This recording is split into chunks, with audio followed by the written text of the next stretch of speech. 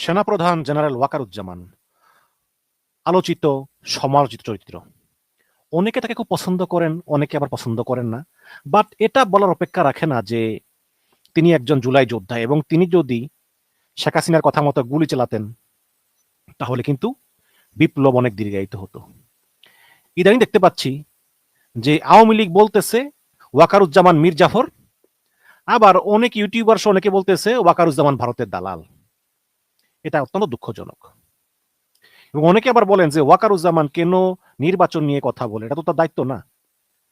আচ্ছা, ওয়াকারুজ্জামান যে জুলাই মাসে বলল যে আমি গুলি চালাবো না, ওয়াকারুজ্জামানের দায়িত্বই ছিল প্রধানমন্ত্রীর নির্দেশ মানা। প্রধানমন্ত্রী বৈধ নাকি এটা কিন্তু দেখা তার বিষয় না, কিন্তু তিনি প্রধানমন্ত্রীর নির্দেশ না মেনে তিনি জনগণের বুকে গুলি চালাননি। তো সেটাকে আমরা সাধুবাদ দিয়েছি। এখন নির্বাচনের কথা বললেই ওয়াকারুজ্জামান খারাপ, অথচ তিনি বিপ্লবের একটা স্টেক হোল্ডার। যাই হোক, এখন ওয়াকারুজ্জামানের, আপনারা জানেন যে হাসিনা পালিয়ে যাওয়ার মাত্র কয়েক মাস আগে ওয়াকারুজ্জামানকে সেনাবাহিনীর প্রধান হিসেবে নিয়োগ দিয়েছে। এখন ওয়াকারুজ্জামান চলতি মাসেই তার ভারত সফরের একটা সম্ভাবনা আছে। এখন যারা ওয়াকারুজ্জামানের নিন্দুক তারা এই সূত্রে অলরেডি বলা শুরু করে দিয়েছে ওয়াকারুজ্জামান ভারতে গিয়ে বিশাল একটা ষড়যন্ত্র করে ফেলবেন। এই কারণে আমি চিন্তা করলাম যে একটা ভিডিওর মাধ্যমে জানিয়ে দিই যে আসলে ওয়াকারুজ্জামান কেন ভারত যাবেন। অলরেডি আমরা জানেন যে সকল পত্রিকায় আসছে, আমি একটা পত্রিকা থেকেই বলতেছি যে চলতি মাসে ভারত যাবেন সেনাপ্রধান জেনারেল ওয়াকারুজ্জামান। এখানে লিখেছে জাতিসংঘের শান্তিরক্ষা মিশনে সেনা পাঠানো দেশগুলোকে নিয়ে আগামী 14ই অক্টোবর একটি সম্মেলন আয়োজন করতে যাচ্ছে ভারত।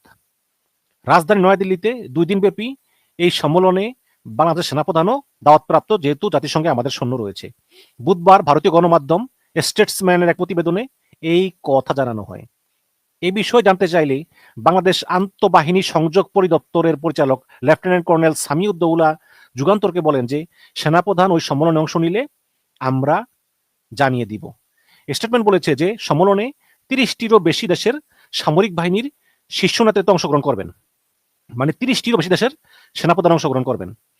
ভারতীয় সেনাবাহিনীর উপপ্রধান লেফটেন্যান্ট জেনারেল রাকেশ কাপুর এর সম্মেলনকে একটি অনন্য প্ল্যাটফর্ম বলে অভিহিত করেছেন এবং সম্মেলনের প্রস্তুতিমূলক অনুষ্ঠানে তিনি বলেন যে জাতিসংঘ সনদের অধীনে বিশ্ব শান্তি রক্ষায় আন্তর্জাতিক সম্প্রদায়ের যে যৌথ দায়িত্ব রয়েছে সেই বিষয়ে এই সম্মেলনে সেনাবাহিনী ও রাষ্ট্রগুলোর সম্মিলিত অভিজ্ঞতা, প্রজ্ঞা এবং প্রতিশ্রুতি একত্রিত হবে। এবং সম্মেলনে আমাদের দেশের পাশাপাশি আরো থাকবেন Algeria, Armenia, Bhutan, Brazil, Burundi, Cambodia, Ivory Coast, Ethiopia, Fiji, France থাকবে, Ghana, Indonesia, Italy, Kazakhstan, Kenya, Kyrgyzstan, Madagascar, Malaysia, Mongolia, Morocco, Nepal, Nigeria, Sri Lanka, Tanzania, Uganda, Uruguay, Vietnam, Rwanda, Senegal এর সেনাপ্রধান সহ জ্যেষ্ঠ সামরিক কমান্ডারদের অংশগ্রহণের কথা রয়েছে। এবং এখানে 2টি পূর্ণাঙ্গ অধিবেশন থাকবে।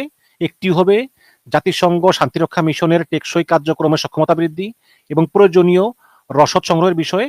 আরেকটি অধিবেশন হবে জাতিসংঘের শান্তিরক্ষা কার্যক্রমে প্রযুক্তির ব্যবহারের নানা দিক দিয়ে আলোচনা হবে। আপনাদেরকে যদি একটু স্ক্রিন শেয়ার করেও দেখাই যুগান্তরে, আপনারা দেখবেন, এই যে আপনারা দেখতে পাচ্ছেন যুগান্তরের এই খবরটা, এখানে একটা ছবিও দেওয়া হয়েছে। এই যে ছবিতে অলরেডি উদ্বোধনী অনুষ্ঠানে অনেকে অংশগ্রহণ করেছেন এবং তারা তাদের বক্তব্য দিয়েছেন, এই ধরনের একটা ছবি আমরা দেখতে পেলাম। তো এই আর কি দর্শক অবস্থা। এখন সেনাপ্রধান ওয়াকারুজ্জামান তিনি ভারতে যাবেন এবং সেখানে গেলে হয়তোবা ভারতের যে সেনাপ্রধান উপেন্দ্র ত্রিবেদী তার সঙ্গেও ওয়াকারুজ্জামানের একটা সৌজন্য বৈঠক হতেই পারে এবং এটা নিয়ে অনেকে অনেক কথা বলবে। অলরেডি কিছু লোক বলা শুরু করেছে, আমি নাম বললাম না, যে ডক্টর ইউনূস যদি সেনাপ্রধান ওয়াকারুজ্জামানকে ভারত সফরের অনুমতি দেয় তাহলে ইউনূসের পতন অনিবার্য। মানে কত পারা পারে এরা, কত বোঝে। তো এই আর কি অবস্থা। আমি শুধু একটা কথাই বলি যে জেনারেল ওয়াকারুজ্জামান উনি ভারত যাক বা চায়না যাক বা আমেরিকা যাক বা পৃথিবীর যে জায়গায় যাক না কেন, ওয়াকারুজ্জামান এমন কোনো কাজ করবেন না, এমন কোনো কথা বলবেন না যেটা বাংলাদেশের বিরুদ্ধে যায়। At the end of the day তিনি এই দেশের সন্তান, এই মাটির সন্তান, এই মানুষের সন্তান। তিনি তার মেয়াদ শেষ হলে চলে যাবেন, তার কোনো উচ্চাসা নাই। ক্ষমতা দখল করতে চাইলে তিনি ওই 5ই আগস্টই করতে পারতেন, কিন্তু করেন নাই। সালমান এফ রহমান শেখ রেহানার সঙ্গে যে কথা বলেছিল ফোনে, আপনারা তো শুনেছেন, সেখানে বারে বারে সালমান এফ রহমান বলতেছে যে ওয়াকার কেন মার্শাল ল জারি করেন না। মানে আওয়ামী লীগ চাইছিল যে ওয়াকারুজ্জামান মার্শাল ল জারি করো, কিন্তু ওয়াকারুজ্জামান সেটা করে নেই। আমরা যেন এগুলো ভুলে না যাই, আর আমরা যেন দুষ্ট ইউটিউবারদের কথার ফাঁদে পা না দিই। বাস্তবতা বড়ই নির্মম, বাস্তবতা বড়ই কঠিন। এই বাস্তবিক কারণে জেনারেল ওয়াকারুজ্জামানের অনেক কাজকর্ম হয়তো আমাদের মনে হতে পারে তিনি ভুল করছেন, কিন্তু at the end of the day সবকিছু আমাদের সামনে একদিন ক্লিয়ার হয়ে যাবে যে সব সিচুয়েশনে সবকিছু করা যায় না, ধৈর্য ধরতে হয়। আবার অনেকে বলতেছেন যে ওয়াকারুজ্জামান মানে কিছু কিছু সেনা কর্মকর্তা আছে তাদেরকে পররাষ্ট্র মন্ত্রণালয়ে নিযুক্ত করেছেন।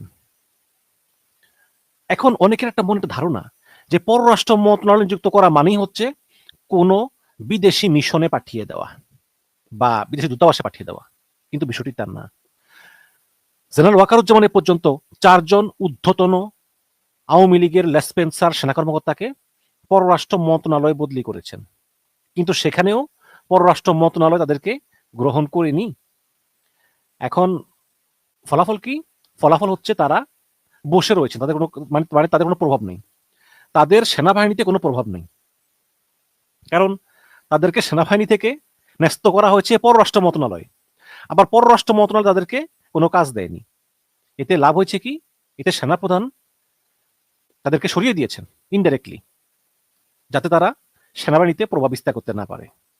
আমাদের দেশটা একটা ক্রান্তিকার অতিক্রম করতেছে, একটা নির্বাচিত সরকার খুবই দরকার, এবং সেই নির্বাচিত সরকার এসে আইন শৃঙ্খলা ভালো করলে আমাদের এই ঢাকা শহর সহ সমস্ত বাংলাদেশের রাস্তাঘাটে যে সেনাবাহিনী দায়িত্ব পালন করতেছে তাদেরকে উঠিয়ে নিয়ে পার্বত্য চট্টগ্রামে পাঠিয়ে দিতে হবে, আরো বেশি বেশি করে সেনা কাটি করতে হবে, যেখানে ভারতীয় ষড়যন্ত্রে বিভিন্ন উস্কানি দিচ্ছে উপজাতিদেরকে, চাকমাদেরকে, যাতে এই রাঙ্গামাটি, খাগড়াছড়ি, বান্দরবনকে নিয়ে স্বাধীন ত্রিপাল্যান্ড গঠন করা যায়। সুতরাং আমাদেরকে সব দিকে নজর রাখতে হবে, এবং মনে রাখবেন দেশপ্রেমিক সেনাবাহিনীকে নিয়ে আমাদের কোনো বিতর্ক চলবে না। সেনাবাহিনীকে অবশ্যই সকল বিতর্কের ঊর্ধ্বে রাখতে হবে, এবং আমি মনে করি অবশ্যই ওয়াকারুজ্জামানের ভারতে যাওয়া উচিত, এবং জেনারেল ওয়াকারুজ্জামানের ভারত সফর সফল হোক, এটাই কামনা করি। ধন্যবাদ।